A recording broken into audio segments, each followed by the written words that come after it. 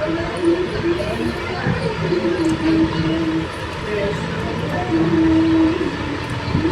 हर महादेव। आप सुन रहे हैं ज्योतिर्लिंग शिव मठ से शिव महापुराण का पाठ। आज के अध्याय में आप सुनेंगे कि यज्ञ मंडप में दक्ष के किस प्रकार विध्वंस उत्पन्न हो जाता है। इस पूरी घटना का वर्णन आज के अध्याय 34 में आप करेंगे। यज्ञ मंडप में भय और विष्णु से जीवन रक्षा की प्रार्थना।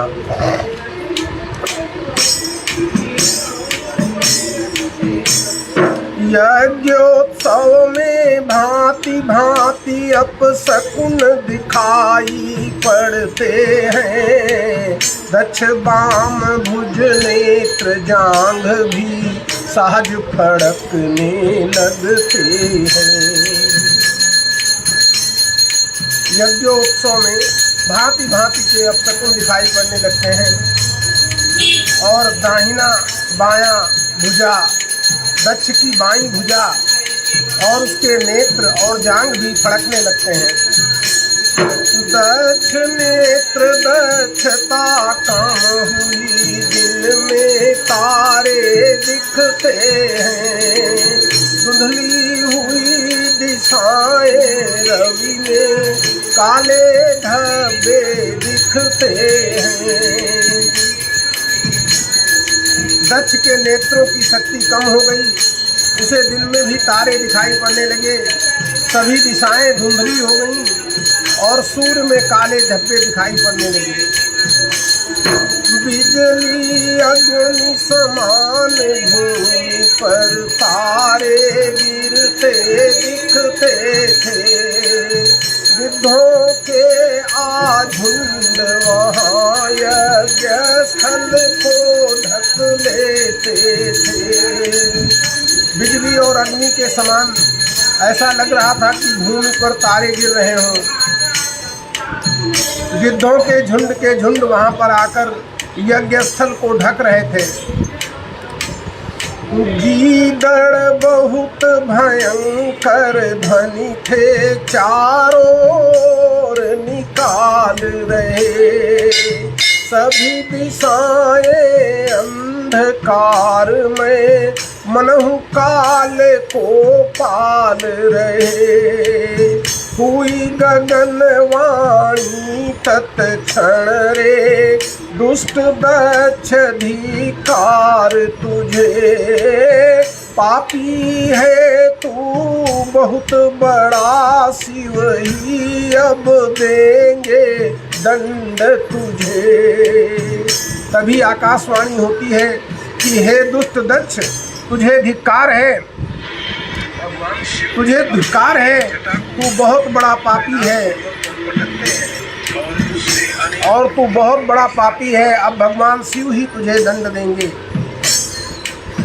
तूने सती जगत माता का नादर सत्कार किया।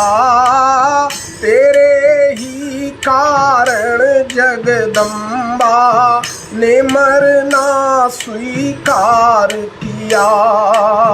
तुझको तेरी करनी का फल निश्चित अभी मिलेगा।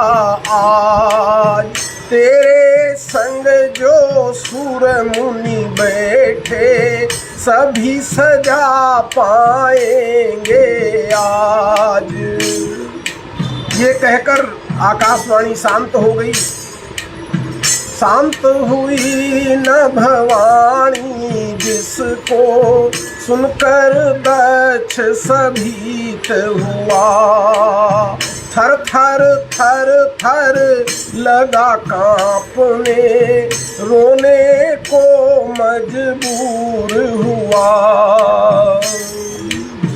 दक्ष की दशा को देखकर सारे देवता भी भयभीत हो गए और सब विष्णु की शरण में गए। दशा दक्ष की देख सभी सुर भी भयभीत भयंकर थे। गए शरण में सब विष्णु की, वो ही अब अभयंकर थे। आप सुन रहे हैं ज्योतिर्लिंग शिव मठ से शिव महापुराण का पाठ। आज के अध्याय में आपने देखा कि किस प्रकार से वहाँ पर अपशकुन दिखाई पड़ने लगे। यज्ञ स्थल में बहुत तरीके के अपशकुन दिखाई देने लगे और जिसका कारण ये हुआ कि दक्ष को भांति भांति की बातें अंदर ही अंदर डराने लगी। तभी एक आकाशवाणी हो जाती है और उस आकाशवाणी की वजह से सारे देवता भी डर कर भगवान विष्णु के शरण में चले जाते हैं। आप सुन रहे हैं ज्योतिर्लिंग शिव मठ से शिव महापुराण का पाठ। आज रुद्र संहिता भाग 2 का अध्याय 34 आपने सुना। कल आप सुनेंगे वीरभद्र का आगमन। कल वीरभद्र और महाकाली यज्ञशाला में पहुंचेंगे, तब आप उसका आगे का वृत्तांत सुनेंगे। आपको ज्ञात ही है कि ज्योतिर्लिंग शिव मठ का ये प्रयास रहता है कि प्रत्येक दिन एक पाठ शिव पुराण का आपको अवश्य सुनाया जाए, जिससे आप सभी लोग भगवान शिव की भक्ति से जुड़े रहें।